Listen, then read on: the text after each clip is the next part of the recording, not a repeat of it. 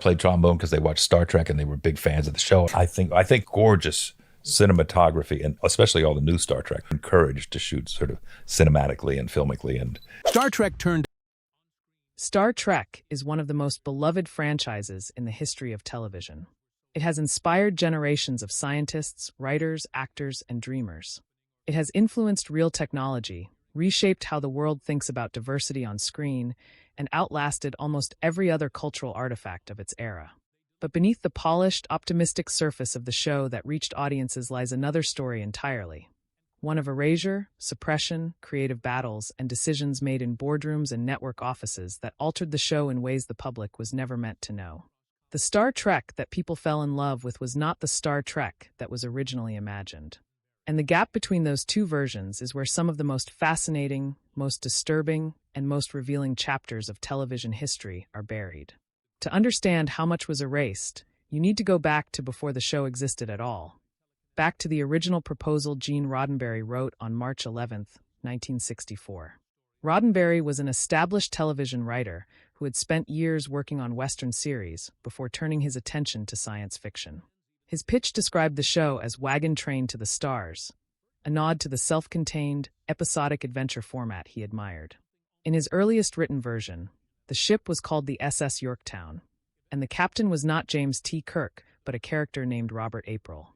That version of the show, and that character, never made it to screen. By the time the first pilot was filmed, the ship had been renamed the Enterprise and the captain had become Christopher Pike, played by Jeffrey Hunter. The character of Robert April was quietly set aside and would not appear in any Star Trek production for nearly a decade, when he finally surfaced in the animated series in 1974. The entire opening chapter of Roddenberry's vision, the ship, the captain, the tone, was rewritten before a single episode ever aired. The first filmed pilot, now known as The Cage, was submitted to NBC in early 1965. NBC happened, and one in which it did not. Nichols and Shatner deliberately flubbed lines during the non-kiss version so that the original take would be the only usable one, as Nichols described in her autobiography Beyond Uhura, Star Trek and Other Memories. As Nichols wrote, the only alternative was to cut the scene entirely, which was impossible without ruining the episode, so those in charge finally relented and the kiss stayed. Two performers, using only the power available to them, the ability to give unusable takes on demand, forced a network to preserve a moment of genuine historical importance. The version that aired was the version the network had tried to eliminate. Goodreads. What ties all of these stories together is not simply a catalog of things that were cut, banned, or suppressed. It is the consistent pattern underneath them. The recurring conflict between what Star Trek's creators and performers were trying to express and what the institutions around them were willing to allow. A woman was removed from command because a network in 1965 found the idea too radical. A character was written out under circumstances that her actress described as connected to sexual assault, and the official explanations shifted and contradicted each other for decades. The most celebrated episode in the franchise's history is one whose original author spent his career trying to correct the record on. For episodes were hidden from British audiences for a generation because their darkness made censors uncomfortable. A landmark moment in racial representation very nearly never made it to screen.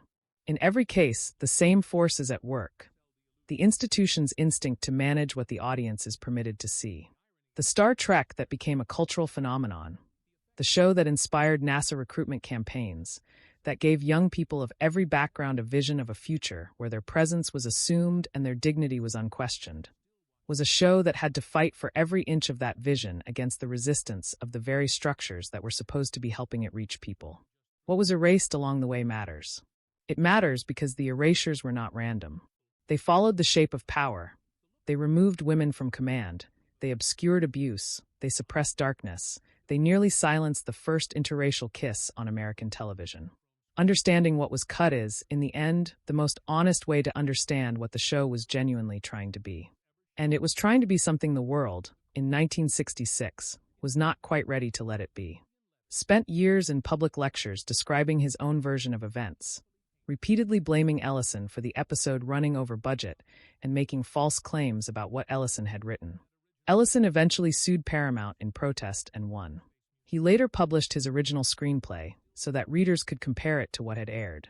The episode that stands as the franchise's greatest achievement is, in the specific form it exists, something its original author spent decades trying to disown. The version that won the award was not the version that was written. Game Rant Plus 2. While these battles were playing out in the writer's room and the courts, a parallel form of erasure was occurring across the Atlantic. When the BBC acquired the rights to broadcast the series in the United Kingdom beginning in 1969, British censors subjected the show's episodes to careful review and made decisions that would deprive entire generations of UK viewers of some of the original series' most serious and morally ambitious work. The BBC banned 4 episodes of the original Star Trek series: Miri, Plato's stepchildren, the empath, and Whom Gods Destroy, due to concerns over their themes of madness, torture, sadism, and disease, which were deemed unsuitable for children. The BBC's official explanation, preserved in a letter to fans who organized letter-writing campaigns in protest, stated that after careful high-level consideration, a decision had been made not to screen these episodes because they dealt most unpleasantly with the already unpleasant subjects of madness, torture, sadism, and disease. The Empath, an episode widely regarded as one of the most psychologically intense hours the franchise ever produced, depicted sustained physical torture in a stripped-down, almost theatrical setting that left little room for distraction from the horror of what was happening to the characters. Whom Gods Destroy remained unaired in the United Kingdom until 1994, banned because of its sadistic plot elements and content considered risque for children. These bans lasted between 20 and 30 years, depending on the episode. An entire generation of British Star Trek fans grew up with a version of the show that had been edited by institutional nervousness. Memory Alpha-Yahoo. Back in the United States, the most publicly dramatic act of network suppression came in the 3rd season, during the filming of an episode called Plato's Stepchildren, which aired on November 22, 1968. The episode contained a kiss between Captain Kirk and Lieutenant Uhura, a black woman and a white man, in what was the first scripted interracial kiss in American network television history. According to Nichelle Nichols and William Shatner in their respective memoirs, NBC exerted pressure to forbid actual lip contact and to use a clever camera technique to conceal any separation, with certain Southern stations in mind, who might choose not to air the episode if the moment was too overt. The compromise that was reached was to film 2 versions of the scene, one in which the kiss developed. What viewers saw on screen was 8 episodes.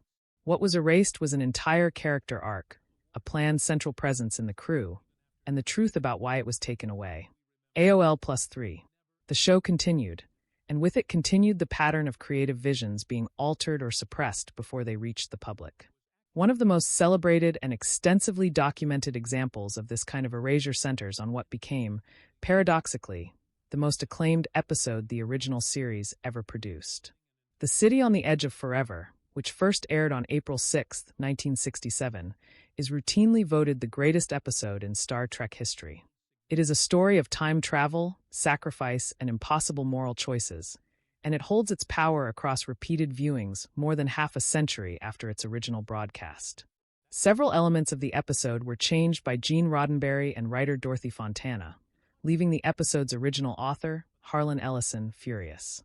The rewritten episode went on to win the Hugo Award for Best Dramatic Presentation. What audiences watched was not what Ellison had written. Ellison's original script contained a number of familiar core elements, but massive rewrites changed some fundamental character details and reined in the budget, which infuriated him. His original script had begun work 10 months earlier, well before the series' Bible had been formalized, meaning his inclusion of things like a morally complex villain named Beckwith, elements of social dysfunction, and a sweeping narrative structure were not aligned with what the show had become. Ellison worked through multiple unpaid rewrites before the relationship between him and the production team collapsed. Compounding his grievance was the fact that Roddenberry. Pilot stage. They continued throughout the show's original run in ways that ranged from the trivial to the deeply serious. One of the earliest and most troubling instances involved Grace Lee Whitney, who played Yeoman Janice Rand. Whitney had been signed to a contract comparable to that of DeForest Kelley, who played Dr. McCoy, a significant commitment that positioned Rand as one of the show's central female characters. The official story was that Rand's presence was getting in the way of the producer's desire for Captain Kirk not to be tied to one love interest. while Roddenberry at other points stated that Whitney's removal was purely financial, as the show was over budget and needed to cut costs. But Grace Lee Whitney told a different and far darker story. Whitney later revealed that she was sexually assaulted by a studio executive on the set of Star Trek, which she believed played a role in her departure from the show. Shortly after the assault, Rand was written out of the series entirely, removing her from several upcoming episodes where she had been planned to appear. Roddenberry would later say publicly that he regretted letting Whitney go, and that Rand had been intended to be a major, fully developed character. Before his death in 1991, Roddenberry expressed remorse for firing Whitney, describing Rand as a character with a lot of strength and guts who could have been further. Ultimately rejected The Cage, but gave Roddenberry the chance to produce a second pilot. However, the network asked that he drop both the devilish-looking Spock and the number one character, asserting that audiences would never accept a woman being second in command of a ship. The character of number one, played by Majel Barrett, who would later become Roddenberry's wife, was one of the most striking figures in that original pilot. She was described in Roddenberry's own character notes as possessing an icy composure, with knowledge of the ship and crew that exceeded even the captain's. As Barrett herself recalled, NBC felt that her position as number one would have to be cut because no one would believe that a woman could hold the position of second in command. Roddenberry pushed back on removing Spock and won that argument. He did not win the argument about number one. Barrett was reassigned to the recurring role of Nurse Christine Chapel, still present in the show, but no longer the ship's commanding officer. Barrett jokingly noted that Roddenberry kept the Vulcan and married the woman because he didn't think Leonard Nimoy would have it the other way around. It was a witty way of describing what was, in fact, a genuine act of institutional erasure. The removal of a powerful female character from a position of authority because a television network in 1965 decided the public wasn't ready for it. Dark Tales +2. The second pilot introduced the cast and format that would define the show, and the series launched on NBC in September